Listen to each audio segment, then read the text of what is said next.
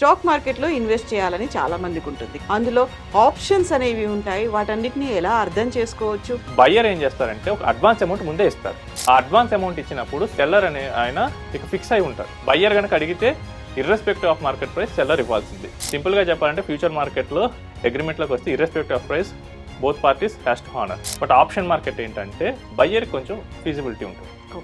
తనకు ఫేవరబుల్గా ఉన్నప్పుడు మాత్రమే ఎగ్జిక్యూట్ చేస్తారు, తనకు ఫేవరబుల్గా లేనప్పుడు వదిలేసుకుంటారు.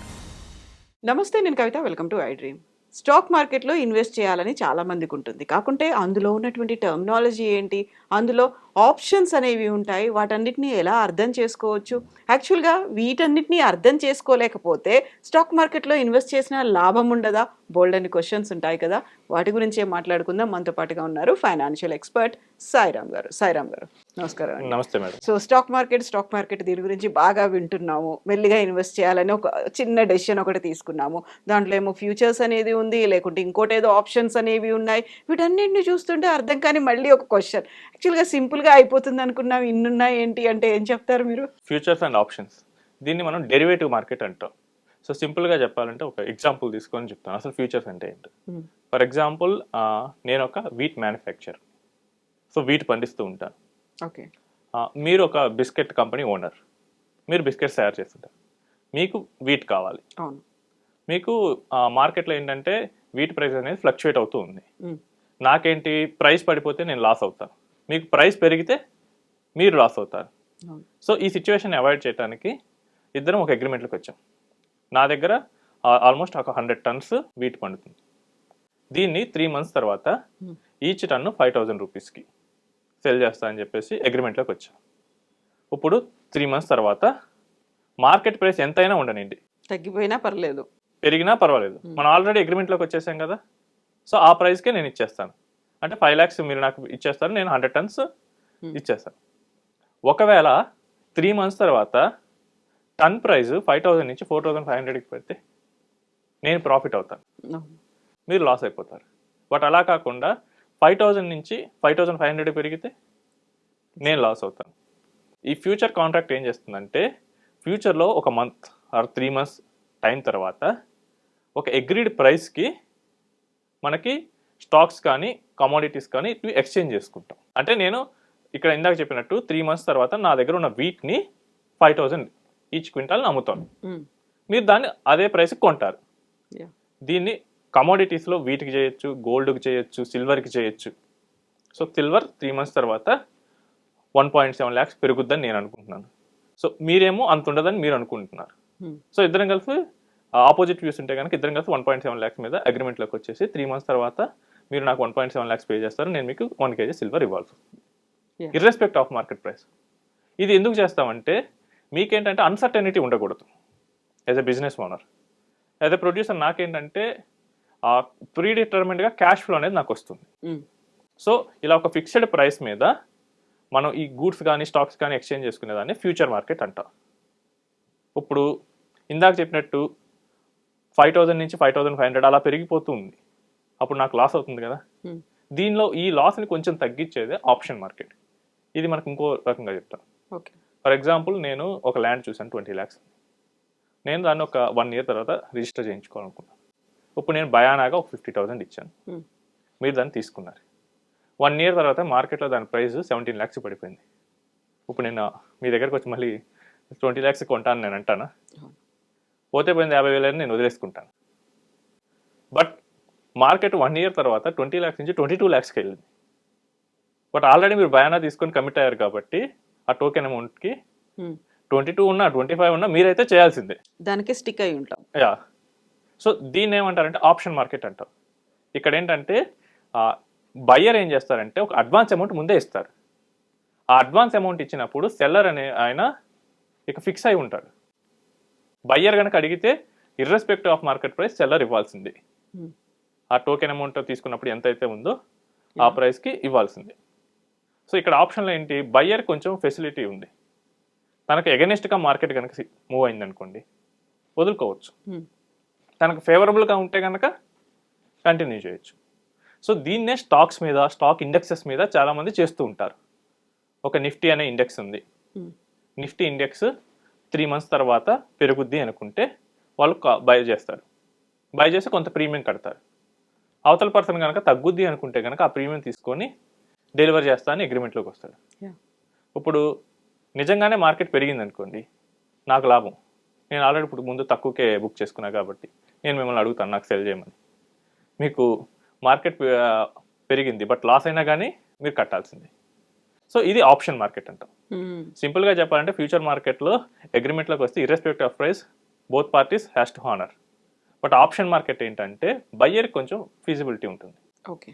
తనకు ఫేవరబుల్గా ఉన్నప్పుడు మాత్రమే ఎగ్జిక్యూట్ చేస్తారు, తనకు ఫేవరబుల్గా లేనప్పుడు వదిలేసుకుంటాడు. సో వీటితో పాటుగా ఫ్యూచరు ఆప్షన్స్తో పాటుగా టర్మినాలజీ ఉంటుంది, కాల్ అండ్ పుట్ ఇలాంటివి. యాక్చువల్గా మీనింగ్ ఏంటి, ఏం చేస్తారు అందులో? సో సింపుల్గా కాల్ అంటే ఏం లేదు మేడం, ఒక బయ్యర్ ఒక స్టాక్ని కానీ ఒక కమోడిటీని కానీ ఫ్యూచర్ డేట్లో కొంటాను అని తీసుకునే పొజిషన్నే కాల్ అంటాం.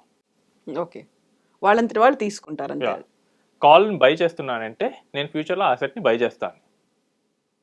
కాల్ని సెల్ చేస్తా అంటే కనుక ఆ ఫ్యూచర్లో ఆ అసెట్ని నేను సెల్ చేస్తాను. ఓకే. పుట్ అంటే కనుక నేను సెల్ చేస్తా అని చెప్పేసి అగ్రిమెంట్లోకి వస్తున్నట్లు. సో ఇక్కడ ఎప్పుడు ఆప్షన్లో బయ్యర్కి మాత్రం అడ్వాంటేజ్ ఉంటుంది. కాల్ని బై చేసినా పుట్ని బై చేసినా కానీ ఆ పర్సన్కి తనకు ఆపోజిట్గా కనుక సిచ్యువేషన్స్ మారితే కనుక he can leave it. But కాల్ని సెల్ చేసినా పుట్ని సెల్ చేసినా కానీ మీకు ఫేవరబుల్ ఉంటేనే వస్తుంది అనుకుంటే పొరపాటు. మీకు ఫేవరబుల్ ఉన్నా లేకపోయినా కానీ మీరు ఎగ్జిక్యూట్ చేయాల్సిందే, మీ బయ్యర్ కనుక నాకు ఈ డెలివరీ చేయమని చెప్తే. సో కాల్ మార్కెట్ ఏం చేస్తుందంటే ఆ ఫలానా స్టాక్ని ఫలానా ప్రైస్కి కొంటాను అని చెప్తుంది. పుట్ ఏం చేస్తుందంటే సెల్ చేస్తా అని చెప్తుంది, దానికి ఆపోజిట్. వీటితో పాటు ఇంకా చాలా ఉంటాయి. స్పాట్ ప్రైస్ అని ఉంటుంది. స్పాట్ ప్రైస్ అంటే కరెంట్ మార్కెట్లో ఎంత నడుస్తుంది. ఓకే. ఫర్ ఎగ్జాంపుల్ ఇండెక్సెస్లో నిఫ్టీ అనేది ఒక ఇండెక్స్ ఉంటుంది. సో అది ఇప్పుడు 25,000 రన్ చేస్తుంది అనుకున్నాం. దాని స్పాట్ ప్రైస్ 25,000 అవుతుంది. అంటే స్పాట్గా ఈ కరెంట్ మూమెంట్లో దానికి వచ్చే ప్రైస్ ఎంత. నెక్స్ట్ ప్రీమియం అంటాం. సో ఇందాక మీకు చెప్పిన కేసులో ఒక టోకెన్ అమౌంట్ ఇచ్చాను కదా ఆప్షన్స్లో, దాన్ని మనం ఆప్షన్ ప్రీమియం అంటాం. సో చాలామంది ఏంటంటే ఈ టెర్మినాలజీ ఏమీ తెలియకుండా కూడా చాలామంది ఆప్షన్స్లో దిగేస్తుంటారు. చాలామందికి నేను చూశాను అసలు ఫ్యూచర్కి ఆ ఆప్షన్ మార్కెట్కి తేడా తెలియదు. అసలు ఒక స్ట్రాటజీని కరెక్ట్గా క్రియేట్ చేసుకోరు. జస్ట్ ఏదో మన దగ్గర డబ్బులు ఉన్నాయి, ఏదో ర్యాండమ్ యూట్యూబ్లో టిప్ వచ్చింది, by call at this price, అంతే వాళ్ళు బై చేస్తారు. అసలు నువ్వు దేనికి బై చేస్తున్నావు, నువ్వు పోతే ఎంత పోతుంది, ఏం క్లారిటీ ఉండదు వాళ్ళకి. సో జస్ట్ ఊరక బ్లైండ్గా పెడితే మాత్రం futures market is very risky. ఇందాక చెప్పిన కేసులో లాస్ అన్డిఫైన్డ్గా ఉండదు, లాస్ అన్లిమిటెడ్గా ఉండొచ్చు. మనకి సింపుల్గా మనకు అర్థం కావాలని చెప్పేసి ల్యాండ్ కేసు తీసుకున్నాను. అక్కడ ల్యాండ్ 20 ఉంది, ఓకే, బట్ ల్యాండ్ 40 lakhs పెరిగితే చాలా సినారియోస్లో చూసాం. ఇప్పుడు ఒక 1 or 2 monthsలోనే ల్యాండ్ ప్రైజెస్ డబుల్ అయ్యి కూడా నేను చూసాను. అక్కడ ఏదో డెవలప్మెంట్ ప్రాజెక్ట్ వచ్చింది, అక్కడ మనం 20 lakhs అనుకున్న ల్యాండ్ 2 crores అయితే మన లాస్ అనేది మ్యాగ్నిఫై అవుతుంది. సో మనం కరెక్ట్గా కనుక అనలైజ్ చేసి డెసిషన్ తీసుకోకపోతే ఈ డెరివేటివ్ మార్కెట్లో మన లాస్ అనేది చాలా హెవీగా ఉంటుంది. అసలు మెయిన్గా ఈ డెరివేటివ్ మార్కెట్ని ఎవరు చేస్తారంటే హెడ్జ్ చేసుకోవడానికి చేస్తారు.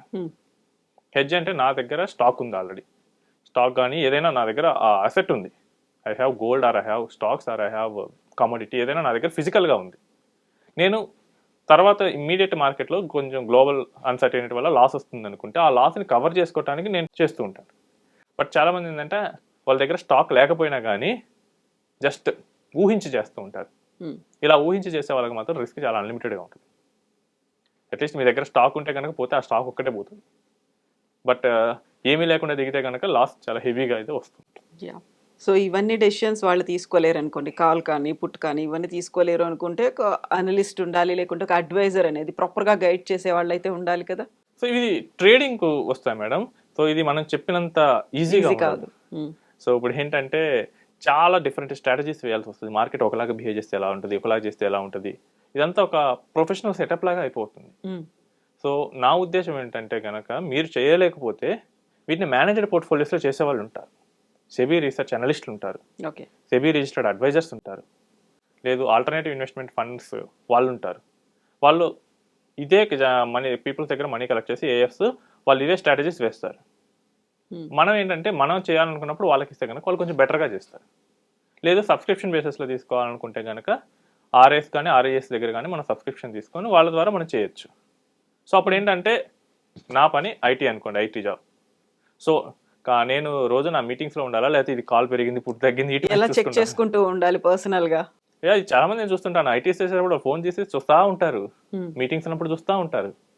సో ఇట్లా చేస్తే కనుక మీకు రాంగ్ అవుతుంది, ఏదో ఒక రోజు హెవీ లాసెస్లోకి వెళ్తారు.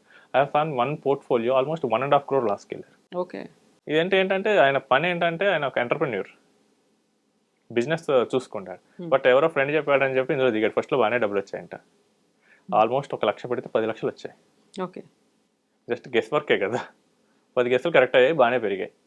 బట్ అది చూసి ఇంకొక 50 లక్షలు పెట్టాడు. హెవీ అమౌంట్ ఎక్కువ. ఏం ఎక్స్పెక్టేషన్ అయింది, విత్ ఇన్ ఏ మంత్ 50 లక్షలు 5 కోట్లు చేస్తా. బట్ 50 లక్షలు పోయినాయి.